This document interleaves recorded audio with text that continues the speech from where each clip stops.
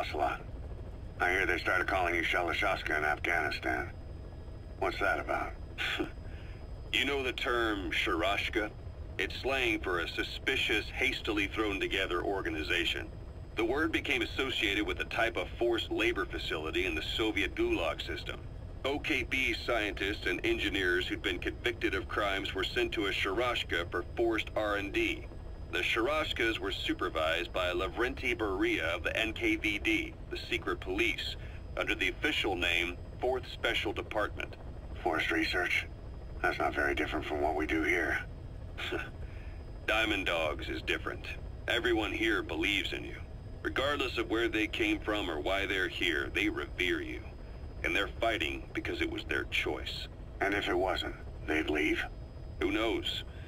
That's our reality here, whether it's real or not. If there's another truth, I don't want to know it. All that matters is that's the concept that's taken shape in their heads.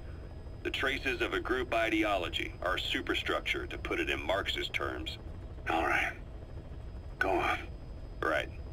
So anyway, at some point the enemy started calling me Shalashaska. This was after the war in Afghanistan broke out.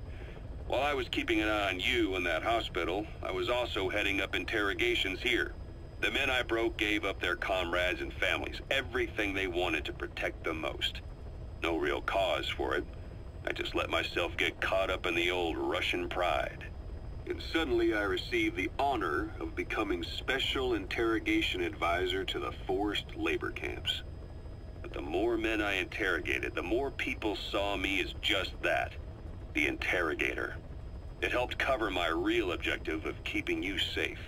You went that far for me? Far enough to keep you alive.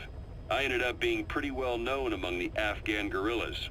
Some of them would have seen me on the battlefield, and that's how I got the second half of the name. Shashka. It's a sword, a type of saber from the Caucasus. Russian dragoons and Cossacks carried them into battle. Now the Russian Empire had a general by the name of Fyodor Arturovich Keller. His bravery earned him the nickname Russia's greatest Shashka. Someone must have known about that, because somewhere along the line, Shashka got stuck on the end of Shalashaska. The guerrillas were using the name amongst themselves, and by the time I got to hearing about it, pronunciation had wound up as Shalashaska. So, half Gulag, half hero sword. It was a perfect fit. But you see how rumors and ideas about people can get out of hand fast.